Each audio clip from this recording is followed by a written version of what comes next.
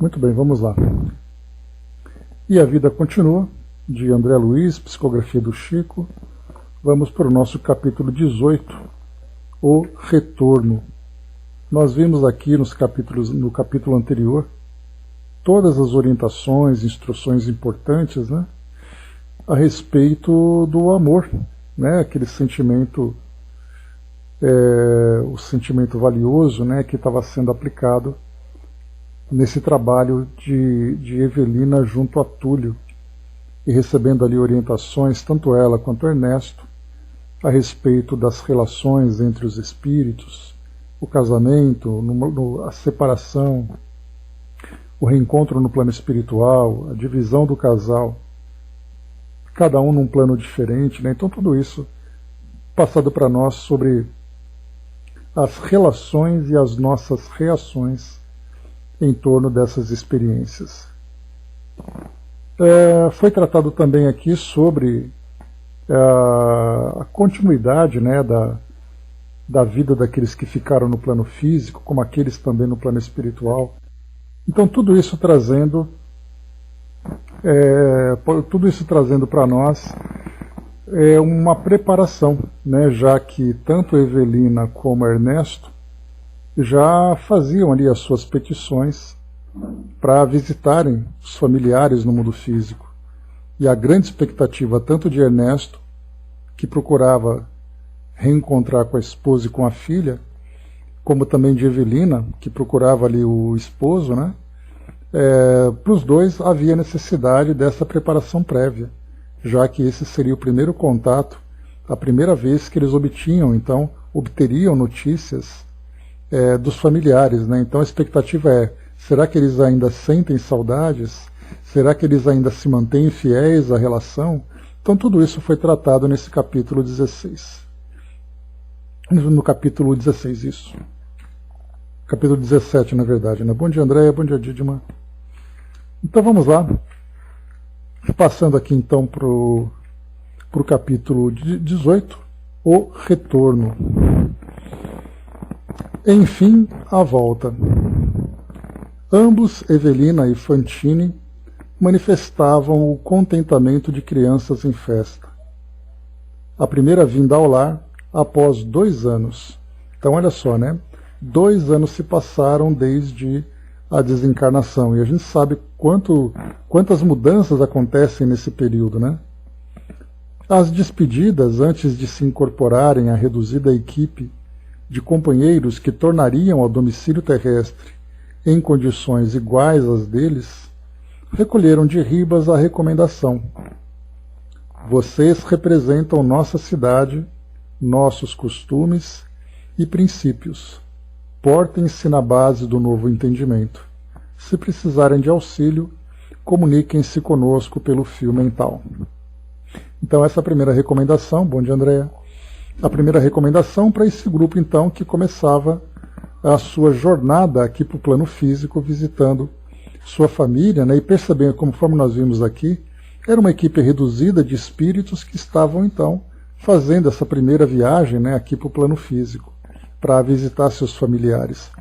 E essas orientações, né, de Ribas, para que eles, então, colocassem em prática tudo aquilo que eles aprenderam nesse período.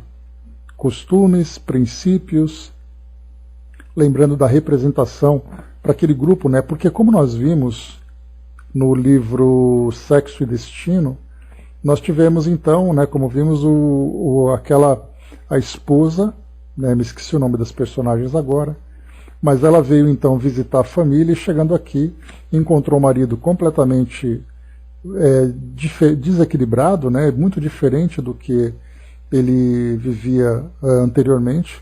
Tinha sofrido aquele AVC, tinha ali passado por aquela auto-obsessão, tinha sofrido também obsessões, todo o patrimônio tinha sido totalmente dilapidado, e ela viu então o esposo naquelas condições e entrou então em profundo desequilíbrio, sendo necessário levá-la de volta, né, para a instituição onde ela vivia, para ser internada, né? Então a gente viu que esse primeiro contato é realmente muito difícil, principalmente quando se tem essa expectativa, porque talvez aqui os sentimentos mais intensos que nós vivemos, né, dizem respeito a essa relação afetiva, onde tem ali o ciúme, a posse, aquele sentimento de traição, né? Então, diferentemente de pais que visitam filhos, embora possam encontrar ali seus filhos, né, numa condição de sofrimento, numa condição de desvio de caráter e tudo mais, mas a relação passional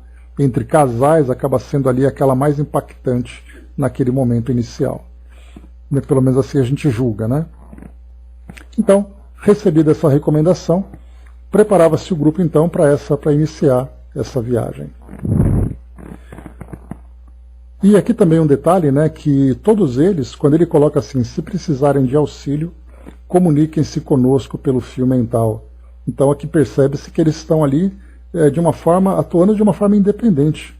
Não existe assim aquela pessoa que vai acompanhando cada indivíduo, né, no ambiente onde ele deseja, né, no lar onde ele deseja fazer ali a visita, né? Cada um vai por si só, né, atribuindo neles ali uma confiança para que eles então façam a visita e se portem de acordo, né?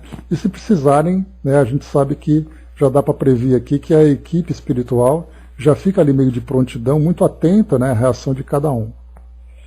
Um abraço e os votos de felicidade para a viagem.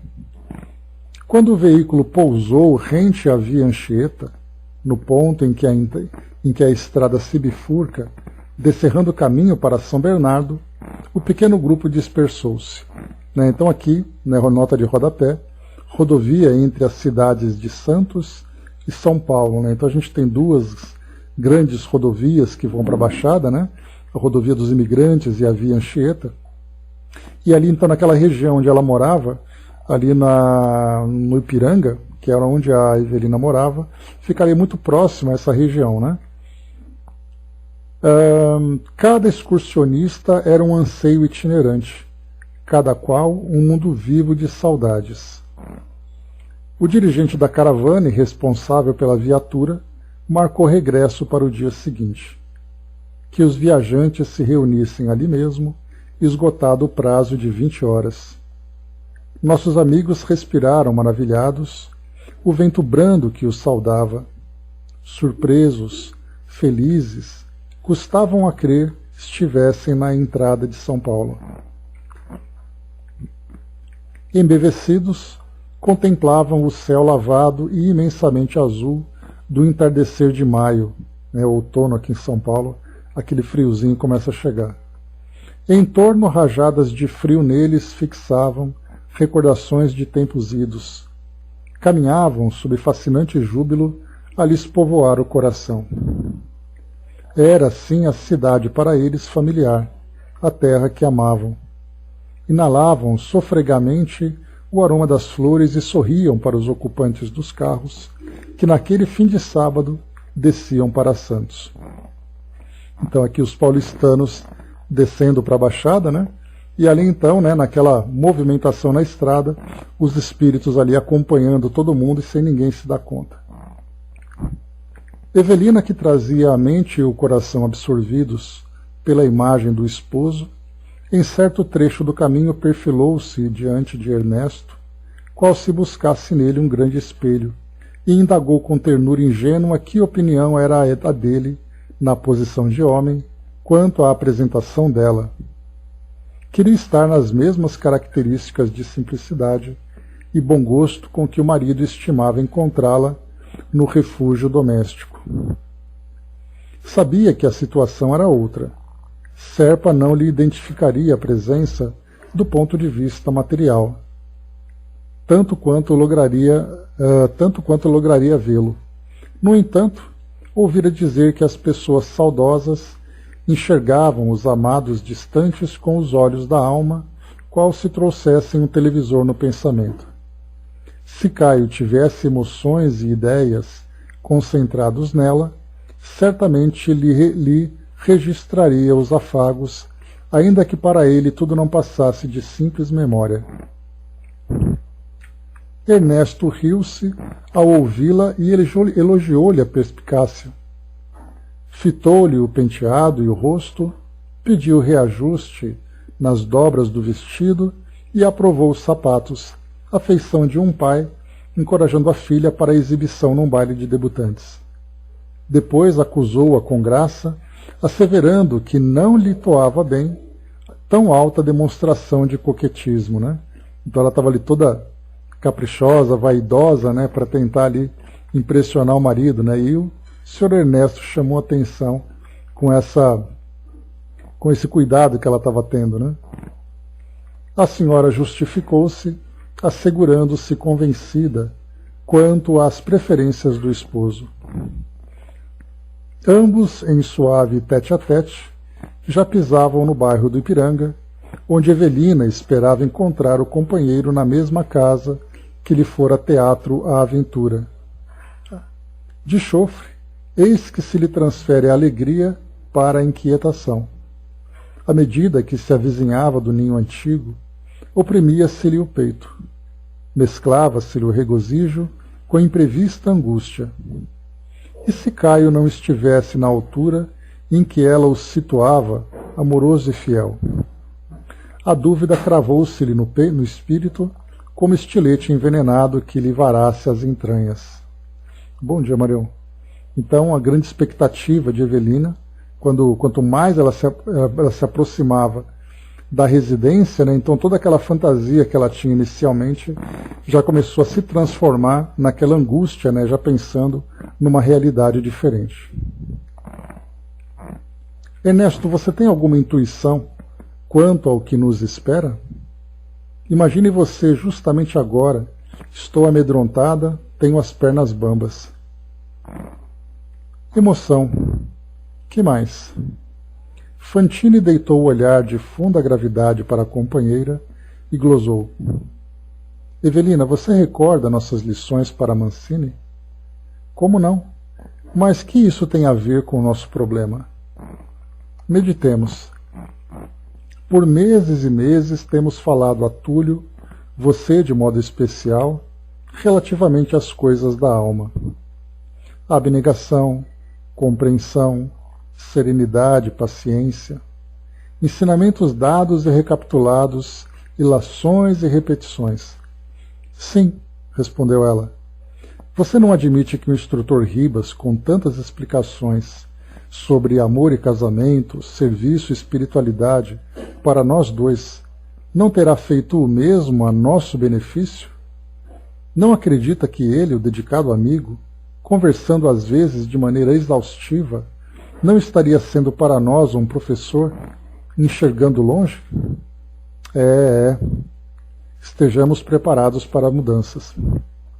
Então a gente vai percebendo, né, que é como se eles estivessem ali aprendendo naquele trabalho que eles estavam realizando junto a Túlio, ela especialmente, né, falando para ele sobre o desapego, né, sobre a mudança de pensamento, sobre uma maior espiritualização. Na verdade, ela estava estagiando para vivenciar experiências que ela mesma deveria colher.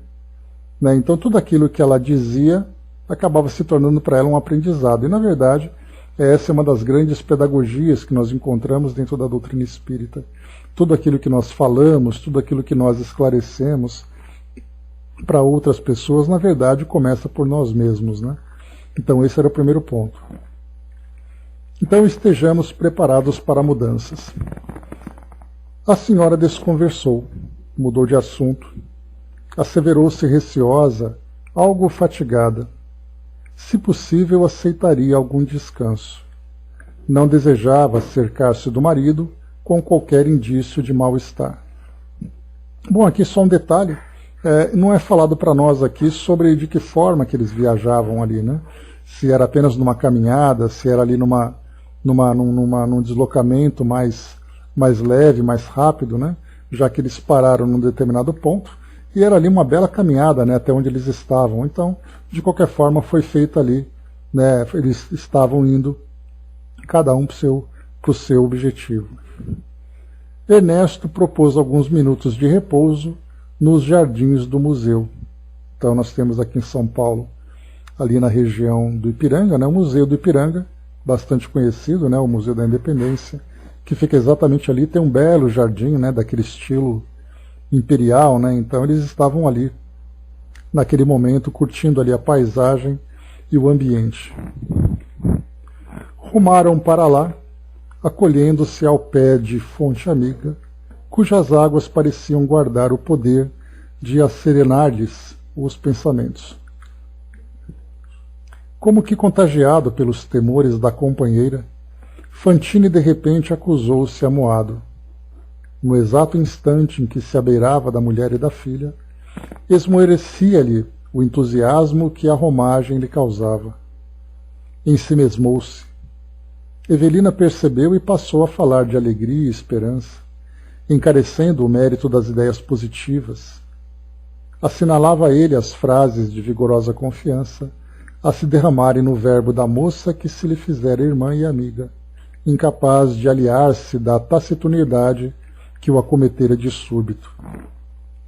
Então, apesar das palavras de otimismo dela, né, de esperança, ele ficava ainda assim meio angustiado, exatamente porque essas expectativas, né, que se criam, principalmente por nós ainda termos tão pouco conhecimento sobre a vida no mundo espiritual, nós fazemos ali, nós mantemos, né, a mesma ideia de relação entre vida física e vida espiritual, como se, mesmo que desencarnado, os espíritos devessem seguir ainda as mesmas vidas que levavam. Então, no caso, por exemplo, de um casamento, o casamento ele tem ali, né, toda a sua experiência ligada aqui à vivência no mundo físico, em especial, principalmente pelos tipos de casamentos que nós temos hoje. Mas quando nós falamos no plano espiritual, como foi colocado aqui para nós por Ribas, né, conversando com os dois, falava exatamente ali que as uniões no plano espiritual acontecem com a sincera, né, com o sincero sentimento de afinidade entre os espíritos, e não aquele compromisso de papel ou de qualquer tipo de ritual que é realizado aqui no mundo físico. Então, o espírito que desencarna, levando ainda a ideia desse compromisso que foi estabelecido aqui no mundo físico, ele acaba alimentando esperanças de que a vida espiritual é a mesma da vida física. Só que essas esperanças, na verdade, elas se convertem em ilusões. E toda ilusão, né, corre ali o risco, ou inevitavelmente passa por isso, chegando ali, caindo na realidade, né, passando pela desilusão. E ambos, tanto ela como ele, os dois alimentavam essa ideia de que o casamento continuava, de que os seus cônjuges deveriam continuar ali com a fidelidade e tudo mais, né? Da mesma forma que o próprio André Luiz também vivenciou isso, né? E ele mais ainda, né? Porque tanto ele como ela, né? No caso de Dona Evelina, ambos eles viviam ali. André Luiz não tinha ali uma religião definida e uma prática religiosa definida, e ele então vivia de um modo bem envolvido, né? Com as situações aqui do nosso mundo. Já ela era bastante religiosa, era devota da Igreja Católica, e ela então seguia esses dogmas. E chegando no plano espiritual, ela continuava ainda alimentando aquela ideia do casamento religioso, até que a morte os separe, embora ela estivesse morta, né, mas já havia ali que o casamento deveria continuar na visão dela. Já o Sr. Ernesto, ele tinha ali um pequeno entendimento que começava então a aflorar a respeito da vida espiritual. Mas a preocupação dele era uma visão muito mais técnica. O que acontece com o espírito, como que os espíritos vivem, sem essa rotina, sem esse cotidiano, né, dos espíritos e das relações que eles mantêm com os seus entes queridos encarnados, né? Então, de modo geral, André Luiz no seu início, Evelina e Ernesto agora, todos eles passaram por essa mesma experiência de chegar no mundo espiritual, se verem vivos, se verem lúcidos, e continuarem ainda acreditando que todas as relações que eles tinham quando encarnados continuavam no mundo físico, no mundo espiritual também. A mesma coisa a gente pode lembrar, por exemplo, de uma pessoa que tem um patrimônio aqui no mundo físico. Então ele comprou ali uma casa, ele tem uma empresa, ele tem um emprego, ele tem ali uma fazenda, qualquer coisa assim. Aí ele desencarna e ele vai dizer, aquela fazenda me pertence. Mas aquela casa é a minha casa, como é que eles puderam fazer isso? Esse é o meu carro, essa é a minha família. Então a ideia do apego ainda é muito grande, e mesmo passando de um plano para outro, o espírito não muda o seu modo de pensar de imediato, e ele se vê vivo, e se vendo vivo, portanto, ele fez apenas uma viagem quase que geográfica. saiu de um local, foi para outro, mantendo ali tudo aquilo que ele construiu. Então, quando chega no plano espiritual e o espírito começar a alimentar a ideia de que ele vai ter que se desapegar de tudo, tanto aquilo relacionado com patrimônio como aquilo relacionado com afetividade, é algo muito difícil. Né? E até mesmo, né, bom dia soldado, com relação aos próprios costumes, né, o espírito chega do outro lado acreditando que ele é daquele local, daquela cultura, daquele país e tudo mais. Então tudo isso mostra a grande dificuldade que nós temos de nos desapegarmos da nossa personalidade. Né? E isso é realmente algo bastante complicado nesse início principalmente, né, porque depois o espírito começa então a observar a sua realidade de um modo diferente. E mais uma vez a gente viu isso no próprio André Luiz. Agora, né, depois de todo esse tempo no plano espiritual, do grande trabalhador que ele se tornou e agora consciente dessa realidade, de que modo que ele se relaciona com o mundo físico. Vendo a sua família ali como irmãos de jornada, que tiveram a oportunidade de viver determinado momento juntos, mas agora cada um seguindo ali no seu próprio plano. Então o início é muito difícil e para alguns espíritos esse início acaba infelizmente se perpetuando durante um grande tempo ainda. Porque o espírito sofre, o espírito passa por essas dificuldades. Então a ideia é nós começarmos, né, o próprio Herculano Pires fala para nós, né, sobre a educação para a morte, um livro que ele escreveu, né, e nesse livro fala exatamente isso, né, como assim educação para a morte? Não é educação para o momento da morte, mas a educação para a vida espiritual, de entender exatamente essa questão do desapego. Quantos são aqueles espíritos, né, que, por exemplo, uma pessoa se tornou viúva, o seu ente querido, o seu esposo, sua esposa, companheiro ou companheira desencarnou, ele fica no mundo físico, quando chega no mundo espiritual, a primeira coisa que ele pergunta, cadê minha esposa, cadê meu esposo, cadê meu companheiro ou companheira? Porque ele chega no mundo espiritual querendo saber, né, quem são, onde estão as pessoas que lhe pertenciam dentro da vida que ele construiu. E aí muitos constrangimentos acabam surgindo também, porque da mesma forma que o espírito que desencarna volta para o plano físico e vê ali a vida dos seus entes queridos transformada, aquele que retorna ao mundo espiritual também chega encontrando aqueles que antecederam com a vida transformada. Então a gente percebe que tanto para quem desencarna antes, como quem desencarna depois, a ideia, né, da vida física se perpetuar no plano espiritual, se manter no plano espiritual, é muito comum nesse estágio evolutivo em que nós nos encontramos. E é inevitável nós pensarmos assim, né, porque a vida física para nós ela traz um impacto, uma marca muito forte. E nós somos ali praticamente educados a viver assim.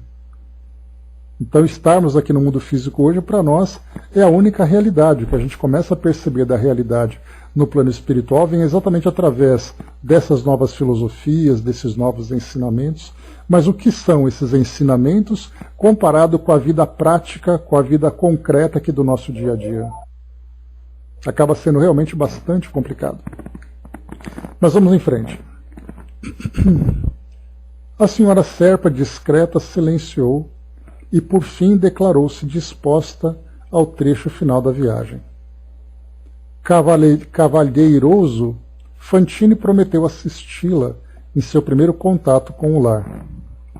Que ela verificasse o ambiente doméstico. Se tudo lhe respondesse a expectativa otimista, viesse até ele que lhe aguardaria, nos arredores, o aviso conveniente e então deixá-la-ia com o esposo até o dia imediato, enquanto que, ao mesmo tempo, se arrancaria para a Vila Maria, onde contava rever a família. Né? Então, essa expectativa otimista, tanto da parte dele como da parte dela, é exatamente ali para atender aquilo que eles alimentaram durante esse tempo nessa relação com o esposo e com a esposa. Né? Evelina concordou. Não lhe aprazia ficar a sós, nem lhe prescindia o apoio. 6 da tarde. A moça não mais via o céu paulistano, nem o casario, nem os transeuntes. Coração aos pulos, aproximou-se do lar. Atravessou o pátio de acesso e tateou a porta de entrada que lhe facilitou a passagem. Algo lhe dizia no íntimo que Serpa estava em casa, e seguiu à frente. Tremia, assustada. Inspecionou a peça em torno. A sala era a mesma, com pequenas alterações no mobiliário do seu tempo. Ao lado, o estreito escritório do esposo entremostrando as cortinas abertas. Penetrou aí com a unção de quem avança passo a passo pelos recantos de um santuário. Né? Interessante essa descrição de André Luiz, que a gente vai acompanhando realmente como se fosse um filme, né? Ela entrando devagar, olhando as coisas, com aquela expectativa de qual será a próxima imagem que ela vai encontrar na próxima curva, na próxima porta, né? Os livros em ordem. De inopino surgiu-lhe a observação, atalaiada por diminuto vaso de flores, uma foto de mulher. Pois é, André, eu também. Vasculhou as paredes, buscando o retrato dela própria, segundo velhas lembranças, mas não viu nem sinal. Acusou-se apunhalada por impressões negativas. Turvou-se-lhe o raciocínio. Fora substituída, de certo. Sentia a cólera prestes a explodir-se em crise violenta de lágrimas. No entanto, ganhou forças para rearticular os próprios ouvidos, nos próprios ouvidos as palavras do instrutor. Portem-se na base do novo entendimento. Contrafeita, alcançou o interior, surpreendendo o pequeno jardim de inverno que ela mesma instalara junto à copa e o quadro de amor com que não contava. Serpa e a jovem da fotografia que examinara momentos antes. Caio acariciava a destra da moça entre as mãos, num gesto de ternura que ela, Evelina, conhecia à saciedade. Entre revolta e pesar, ensaiou o movimento de recuo. Terríveis calafrios lhe agitavam as fibras da alma, qual se estranha lipotimia a subjugasse de todo, anunciando-lhe nova morte. Quis correr e denunciar-se ao mesmo tempo, gritar e afastar-se, para esconder a imensa dor no peito de Fantine, mas não pôde. Sem ser percebida pelos dois namorados, não teve outro remédio senão se acomodar em cadeira próxima, intentando refazer-se. Inquirições contraditórias lhe subiam à cabeça. Quem era a desconhecida? A mesma que lhe torturara o espírito, com os bilhetes endereçados à Serpa, adornado com beijos coloridos de carmim? Caio protestara de amor eterno durante os últimos dias da sua permanência no lar, e a que título romper os votos que ela mantinha por relíquias do coração? A que laços novos ter-se-ia entregue o companheiro? Estaria casado ou se conservava menos responsável, à maneira do homem que brinca com os sentimentos alheios, menosprezando a vida? Que lhe reservava o futuro? Fitou ambos os circunstantes, francamente assombrada, com a indiferença que revelavam diante dela. Pela primeira vez, depois da grande libertação, verificava que os sentidos físicos se enquadravam a limites rigidamente determinados, porquanto Caio e a companheira, muitas vezes, posavam nela o olhar sem que a vissem. Era, no entanto, obrigada a enxergá-los e ouvi-los, como qualquer pessoa terrestre comum, desde que não se arredasse dali. A senhora Serpa agoniava-se. Apesar do anseio de omitir-se, despertar, a emoção como que lhe interceptava os movimentos. De alma ferida, notou que o marido dirigia a outra aqueles mesmos olhares de carinho envolvente que lhe haviam pertencido. E mais, reconheceu o fio de pérolas que lhe fora presente de noivado, oferecido por ele mesmo, enfeitando o colo da rival. Chorou irritada.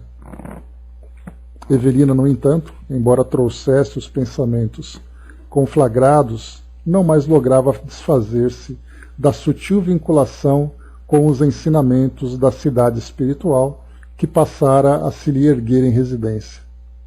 Então a gente já viu aqui que todas aquelas instruções que foram passadas como teoria começavam então aqui a ficar esquecidos por ela.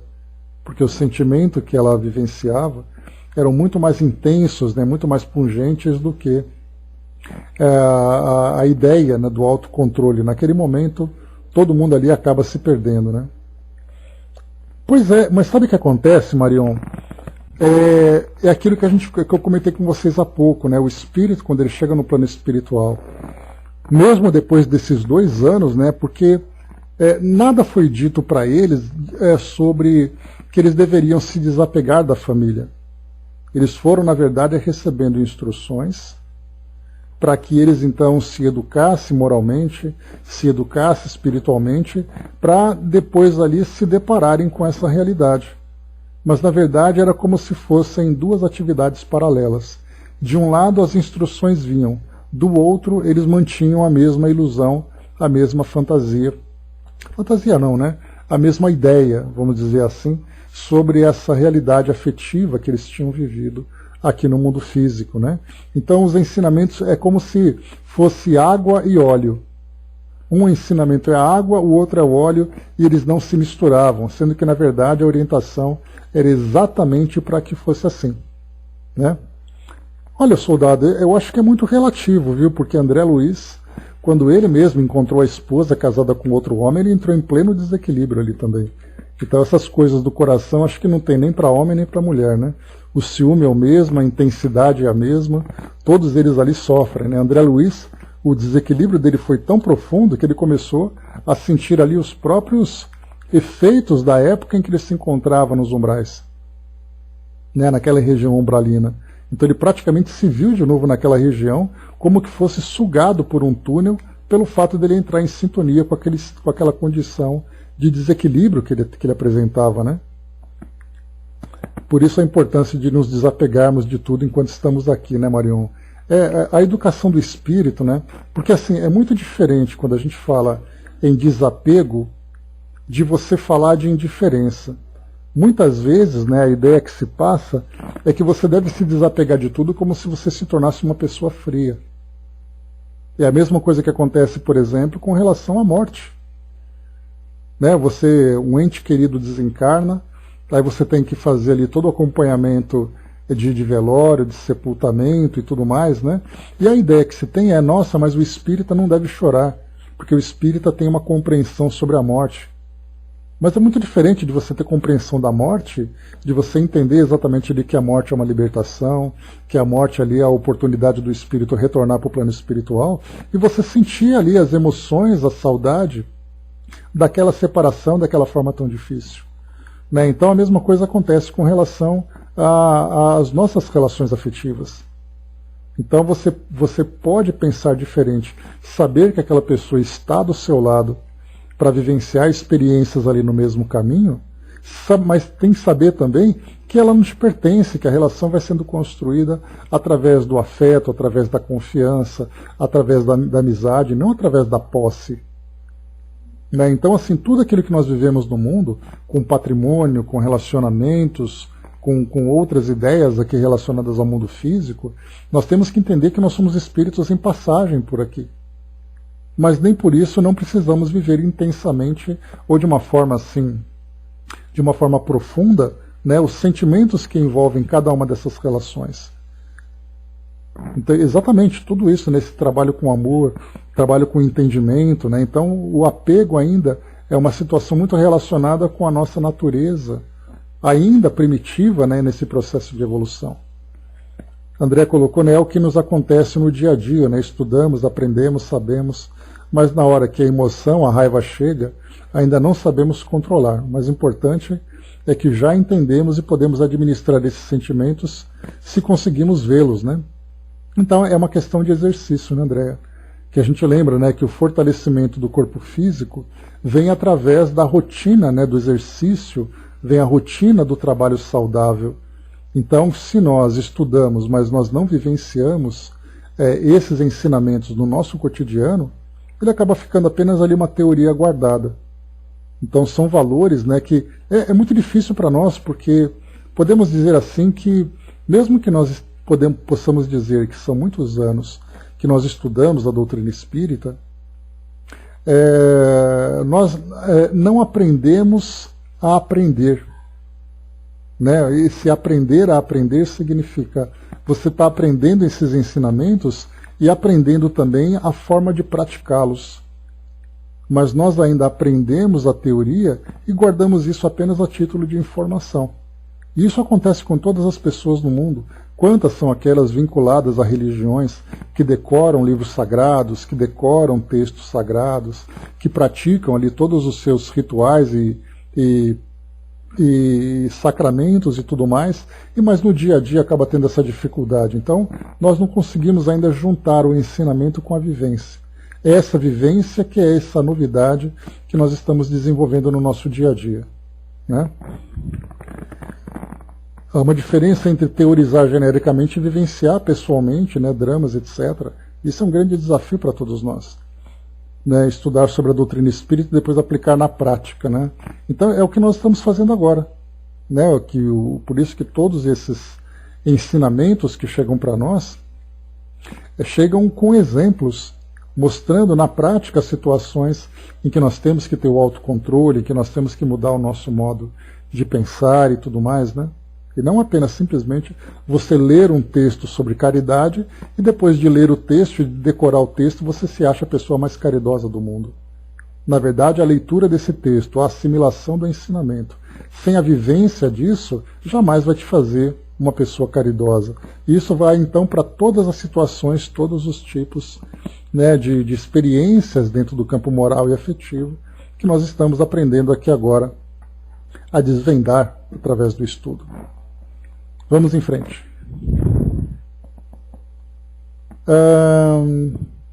Então ela chorou irritada. Evelina, no entanto, embora trouxesse os pensamentos conflagrados, não mais lograva desfazer-se da sutil vinculação com os ensinamentos da cidade espiritual que passara a se lhe erguer em residência. Por isso mesmo, percebia-se analisada no aproveitamento das lições que aprendera ao contato de Ribas e de outros amigos da vida maior. Aqui no caso está dizendo, né, que ela não podia mais se desfazer dessa vinculação com a cidade, porque ela já começou então a assimilar essa ideia de cidadania. Né, ela sabia que não pertencia mais ao mundo físico, que ela pertencia ao mundo espiritual naquela colônia, naquela instituição. Então ela tinha que, no mínimo, se esforçar para ter ali uma reação, um comportamento diferente daquele impulsivo que normalmente teria. Lembrou-se de Túlio, a quem tão repetidamente ensinara o desapego afetivo, e admitiu-se em condições de egoísmo e inconformidade, talvez muito piores que as dele. Recorreu à prece, diligenciou humilhar-se, lutou contra si própria, concluindo que Caio desfrutava o direito de ser feliz como desejasse.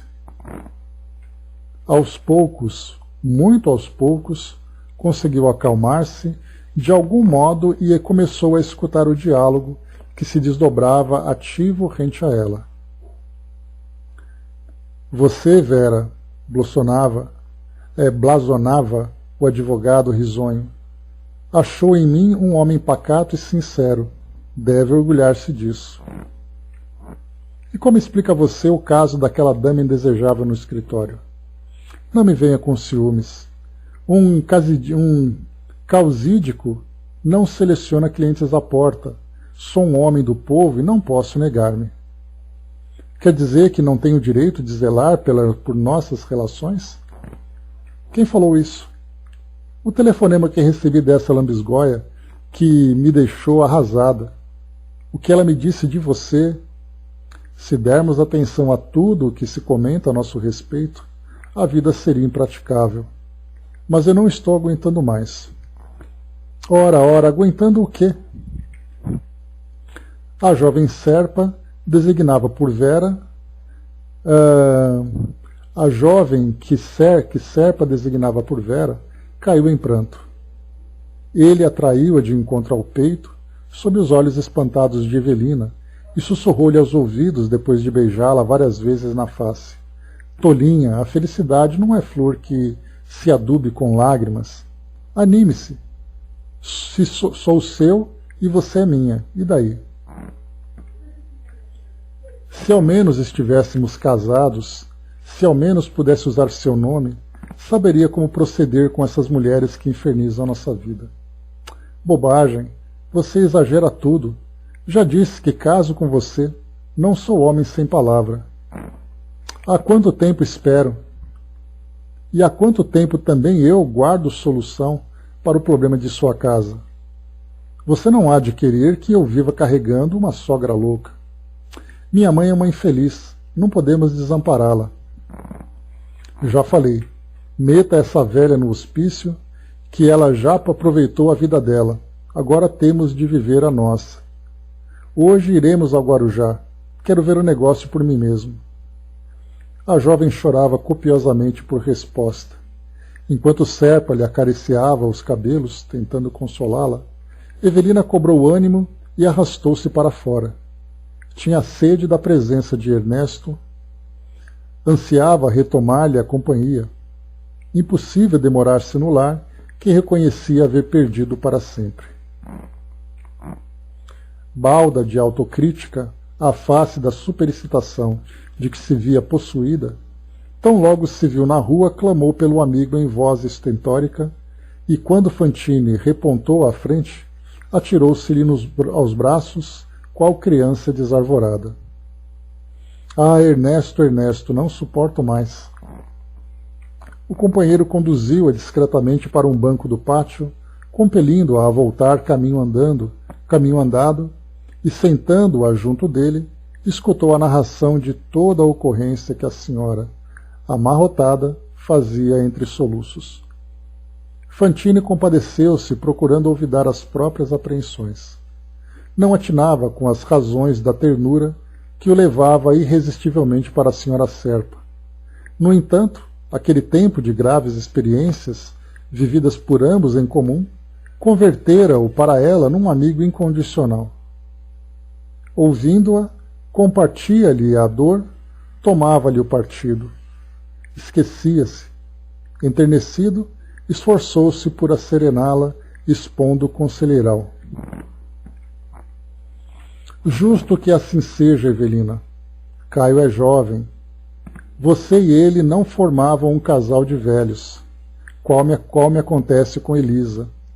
Admito que ele terá um lugar no coração, particularmente reservado para você, mas de certo experimenta as necessidades do homem comum. Mas a moça que está com ele é a mesma Vera que lhe escrevia os bilhetes de meu conhecimento. A mesma. Isso mostra que ele era infiel antes da nossa separação e prossegue infiel até hoje. Ernesto afagando-lhe a cabeça num gesto paternal. Tenho pensado. Não acredita você que a morte nos entregou a nós mesmos e que Deus nos concedeu benfeitores abnegados e estes nos amparam e esclarecem a fim de podermos enfrentar as verdades que hoje estamos vivendo? Que teremos feito da existência no mundo? Um curso de egoísmo ou aprendizado de abnegação? A voz dele estava encharcada de pranto íntimo. Teria você um esposo para amar ou para converter num objeto de enfeite? Falamos tanto em devotamento, quando jungidos ao corpo terrestre. Não será depois da morte o tempo mais propício à demonstração de nossas juras? Não haverá chegado o instante em que Serpa mais necessita de consideração e carinho? Não tanto pelas palavras, mas pelo tom em que foram ditas, viu-se a moça inclinada à piedade. Aqui também a gente vai observar que Caio, que era aquele jovem que durante o casamento era infiel e depois então ele continua vivendo com essa pessoa, com essa moça, Vera, a gente vai perceber ali um jovem que está estabelecendo ali relações, muitas vezes de acordo com seus impulsos. E aí, como nós vimos no capítulo anterior, com relação às lesões afetivas, toda lesão afetiva vai gerar uma responsabilidade. E aí, no caso dela, agora estando mais esclarecida, mais amadurecida, tinha que observar nesse jovem, aquele jovem errante. não no sentido de não encontrar o destino, mas errante no sentido quase que de errático, né? De não sabendo ali qual é exatamente ali a conduta correta, sem ter a responsabilidade por aquilo que faz. E aí então nesse momento a gente começa a perceber que essas palavras de Ernesto começam a despertar nele aquele sentimento maternal nela. Ela começa a ver Caio como aquele jovem que precisa muito mais de apoio do que ela se comportar como aquela jovem traída. E continua aqui para nós. Na tela da imaginação começou a julgar o marido sob novo prisma. Caio era um homem jovem e os desígnios do Senhor mantinham-no vinculado ao envoltório físico.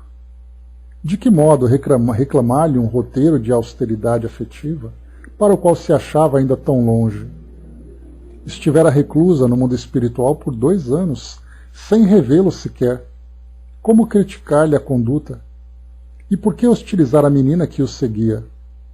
Não lhe vira as lágrimas de sofrimento, enregistrando os sarcasmos do esposo, irrefletido e volúvel?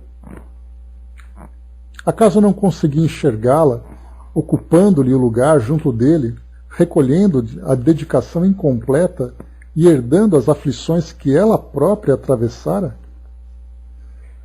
Fantine desfez a pausa e arrancou-a da ligeira elucubração, justificando o sensato. Evocando as lições de Ribas, concluo de mim para comigo que os nossos instrutores impeliram você à excursão corrente para que você aprenda a perdoar. E quem sabe, talvez que essa moça... Talvez o quê? Objetou Evelina ante as desmaiadas reticências. Talvez que essa moça seja a esposa a quem você deva implorar a graça de ser nova mãe para Túlio. Temos estudado temas complexos de compaixão e reequilíbrio, culpa e reencarnação, induzindo-nos a pensar e pensar.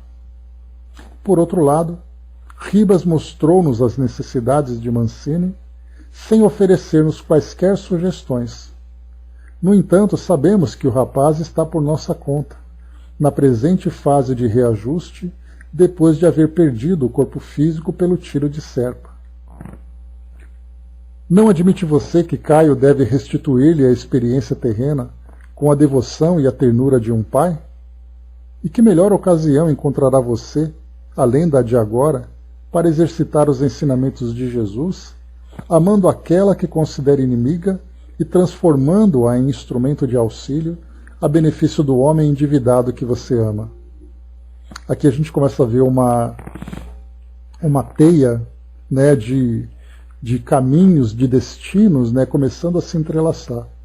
Então, naquele passado eram Túlio e Caio, 2 jovens, 2 pretendentes e Evelina no meio. Ela, envolvendo os 2, acabou levando Túlio ao desequilíbrio numa tentativa de suicídio. Enquanto ela começava a se aproximar de Caio, quando então ela voltou para Túlio, já que ele tinha cometido esse suicídio, essa tentativa, e despertou nela esse sentimento de compaixão, ela começou a se voltar para Túlio e Caio então tramou o assassinato.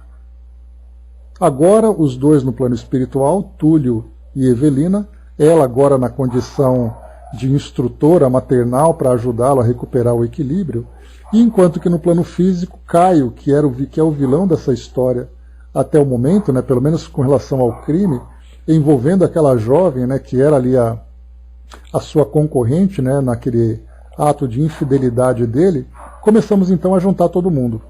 Evelina ficando como observadora do plano espiritual, acompanhando aquela jovem que para ela era uma rival. Ela precisaria mudar o sentimento com a rival, porque essa rival acolheria exatamente Túlio, que era aquele espírito que Evelina precisaria dedicar toda a sua atenção para ajudar no seu reequilíbrio.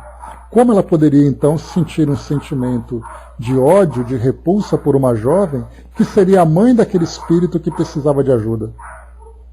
E Caio, nesse caso, seria aquele pai que encontraria o rival na condição de filho. E ali então precisaria dedicar todo aquele sentimento de amor para que acabasse, né, essa rivalidade entre eles. Mas ali a gente já começa a desenhar um quadro, que geralmente acontece, quando a gente vê pais e filhos, né, um pai e um filho, nessa condição de concorrentes, em que um acaba não odiando o outro, acaba tendo antipatia pelo outro sem saber porquê, e na verdade ali um acabou cometendo um crime contra o outro, e aquele sentimento de concorrência entre eles. Então um desenho bem interessante que começa a surgir. A Angelina trouxe para nós aqui a mensagem, obrigado pela participação. Um dia, quando todos vós forem espíritos melhores, no exercício do amor ao próximo e do bem a realizar, a união de todos os espíritos acontecerá na Terra e em qualquer lugar. Atualmente esse pensamento pode ser um sonho, mas é preciso sonhar, pois cada um plasmando ideias boas na mente, a evolução acontecerá. Então a gente tem sempre aquela ideia, né, daquele futuro feliz, mas a gente não deve apenas pensar no futuro feliz. A gente deve ter essa ideia e construir esse futuro feliz, mesmo que ele seja, a princípio, distante para nós. E aí então vem a mudança de comportamento, vem a mudança de conduta, vem a mudança de ideias, né, para que a gente possa, aos poucos, construir esse sentimento. E ele começa, né, principalmente ali como se fosse aquela lixa mais grossa, tirando aquela sujeira mais superficial, até que a gente vá gradualmente ali encontrando, né, aquela parte mais profunda desses sentimentos, né, porque do contrário, a gente sempre vai pensar, né, que aquela ideia de esperar um mundo melhor, mas sem perceber que nós temos a responsabilidade de transformar o mundo num mundo melhor. E essa transformação começa exatamente nesse sentimento de amor ao próximo. Sem esse sentimento do amor, porque a gente quer muito isso, né? Eu quero que o mundo seja melhor. Mas se nós pensarmos, né, quantas antipatias nós alimentamos hoje, né, por aquilo que acontece no nosso dia a dia, por aquilo que se vê na televisão, dentro dos nossos próprios lares, né? A gente quer, na verdade, que os problemas se distanciem de nós para que o mundo fique melhor. Só que nós nos esquecemos que esses problemas existem exatamente porque nós estamos envolvidos com ele. Então nós temos que aprender a resolver os problemas, não afastar os problemas. Porque afastar problemas significa que o problema continua, ele apenas está distante. Então essa é a diferença agora. Temos que nos transformar em seres melhores. A Andréa colocou, né, só mesmo a doutrina para trazer essas explicações sobre desafetos entre pais e filhos, né? Então nós chegamos até a ver, quando nós estudamos na Era do Espírito, quando Emmanuel trouxe para nós aquela mensagem falando sobre os diversos